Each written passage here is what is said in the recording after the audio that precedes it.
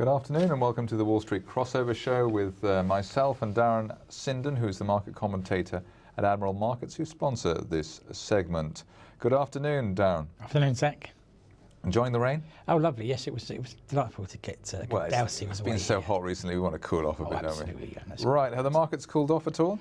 I think they have, really, yeah. I think you look around today and you see people on the back foot predominantly. I think, as we'll see in a moment, some of the data that's come out has surprised to the downside, and it's given people pause for thought. Plus, we saw weaker markets in the US last night, and that trend's continued through. Okay, well, let's have a look at what you've served up for us this morning. I think we could really call today PMI Friday. I don't think we'd be speaking out of court if we did that. And the first headline that I've alighted on is the China flash PMI number for July. Came in at a very disappointing 48.2. That was a 15-month low, much lower than the forecast level of 49.7 and the prior read of 49.4. Just remember, in this PMI, in these PMI stats, anything below 50 is contractionary. So that is not nice, is that really? No, it's not really. But it's easy. How do you get that when you've got 7% GDP growth? Well, exactly. Hey, you probably haven't really got 7% GDP, real GDP. All these figures could be wrong. That's also possibly true. But I mean, this is a survey conducted by Market. They canvass the large majority of the people that contribute to the and organisations that contribute to the official PMI numbers. Well, it's very interesting. I mean, there's a dichotomy between the two. I prefer to believe the independent numbers rather than the state numbers, but I guess we have to wait and see.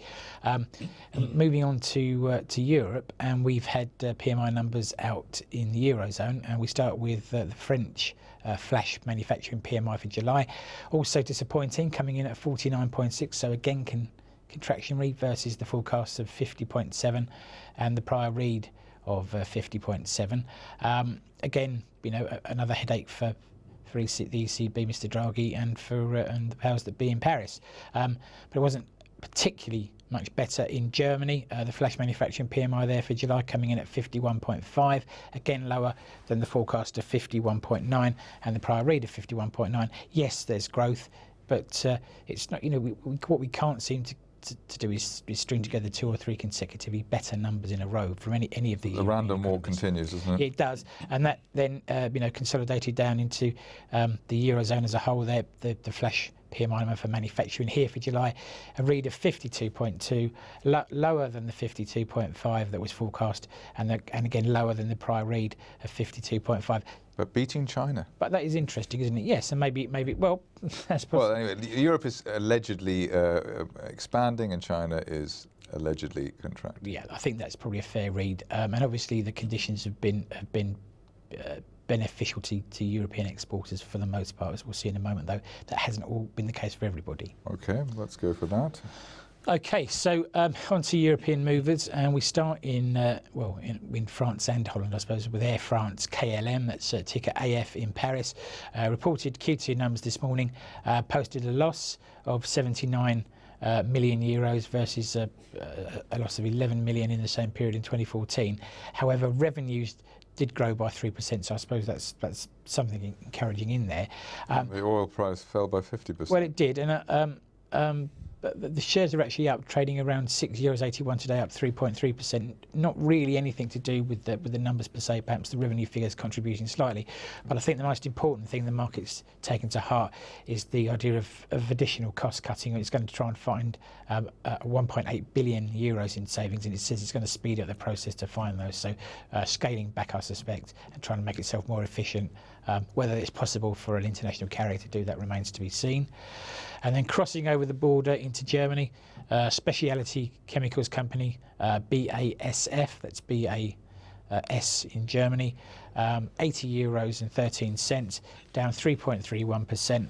A slight rise in Q2 profits. I think they're about 100 million euros ahead of the same period last year, but lower growth in terms of improvements in revenues. The company maintained guidance for the full year, but as you mentioned, this is against a background of a 50% fall in oil prices and euro weakness, and one of Germany's largest export companies. You've got to think that they should have been doing a lot, especially one with with raw materials that are petrochemical based. You've got to think they should have been doing a lot better. You would hope that that's not a barometer of that's just actually something an issue which is company specific. Well, yes, but that's I'm sure what people will be watching for to see if other leading exporters that are oil price dependent can do better. So we'll watch that space.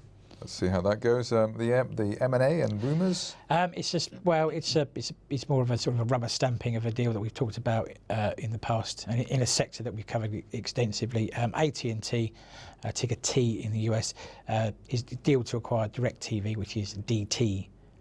In the US has been approved by the Federal Communications Commission, and that follows on from the Justice Department approval on Tuesday. So this will be, once it's rubber stamped, it could probably be announced officially as early as today. The merger would bring about the joining of the largest, or second largest rather, wireless carrier and the largest satellite provider. What's quite interesting here is that the American regulators have thought outside the box a bit. They've given the go-ahead, but what they've done is apply certain conditions about guarantee of supply of internet services to lower income families, etc. And they're going to appoint some independent scrutiny to make sure that happens. Apply? Oh, well, that job, I'm sure it'll be very interesting. Part-time work there. It'll be very nice, but it's more of a European-style approach to regulation than perhaps has previously been followed in the US. That's quite interesting. The deal was first proposed back in May 2014. The principle behind it really is to provide broadband products for DirecTV customers and content for the AT&T subscribers. My sort of takeaway from this really is, it's gone through before the election, which is good news for them. And on that basis, I wonder if this sort of positive, albeit qualified reception to this mega deal, shall we say, might persuade other large players in the sector to pursue similar mergers. I would call it an intelligent approach. Well, it would actually, yes, yeah, it is an intelligent approach, and as I say, it might stimulate the sector further. Right, okay, well, on the data points in the US? Okay, well, as it's Flash PMI Friday, we've got the Flash Manufacturing PMI for July in the US. We're looking here for a forecast of 53.7, so that's ahead of the prior read of 53.4. It's a mixed bag, really, for the US because, weak exports because of the strong dollar have been holding things back, but fuller employment tends to suggest that the economy is bubbling under and would like to do better. So we'll see how that comes in. If the number is disappointing, of course, that might be good news because it's bad news, i.e. rates will stay low for longer, but we'll see. And then new home sales, forecasting 550,000 versus the prior read of 546,000, so slightly better. Generally, the sales of new homes in the US have been trending higher since May 14, despite a slight rise in mortgage rates. So they seem likely to carry on making modest gains. It's a good trend there. And finally, the pre-market movers. Yes, there's only really one story pre-market today, and that's Amazon, AMZN in the US, $87.22, up around 18% overnight. And the reason is that they made a maiden profit. As far as I'm right, so they've never actually produced a profit before. They didn't really seem to want to. No, they haven't done in the past, but sales have risen, margins have improved, and cloud services revenues have jumped by 81%. So there's lots to be positive about that. Of course, whether they can maintain that and string a profit together in more than one consecutive quarter remains to be seen. But nonetheless, the market likes what it sees. They're bigger than Walmart now in market cap. They are, and Jeff Bezos apparently is up $7 billion better off as of thanks to that share price move. And then Juniper Networks, one of the companies that stitches the internet together through its networking equipment. That's JNPR US, $29.06. Pre-market up 9.74%. Strong Q2 earnings beat for these guys, and they guided above consensus for Q3 as well. So the market really. So we've seen that the stocks that have actually genuinely beaten the market have actually flown. I mean, Google went through the roof, and so there is that. Maybe people are just a little bit short of some of these tech names. I think possibly they are, and also the market loves to hear a good story, a big win, and positive guidance. There's nothing the American markets like better than a bit of positive guidance going forward. In terms of European equities, as we said, pretty much in the red for the day. So the FTSE 6640 now we're looking at on the downside plays 6700 to the upside for round number value as much as anything else. A wideish range in the DAX again, I'm afraid. 11,450 plays 11,550, and again it's just a function of the way it's been behaving over the last few days. In the US, it was pretty much a sharp sell-off last night. So for the S&P now, 2090 is our downside level, plays 2110 on the upside, and in the Dow, 17,721 is our downside level versus 17,860 to the upside. Again, it's a wide range, I'm afraid, but that's that's how the charts look. Euro dollar a bit steadier. Perhaps today, so 109.27 on the downside, plays 109.70 on the upside. I still fancy that the biases or the potential path of least resistance could be lower yet.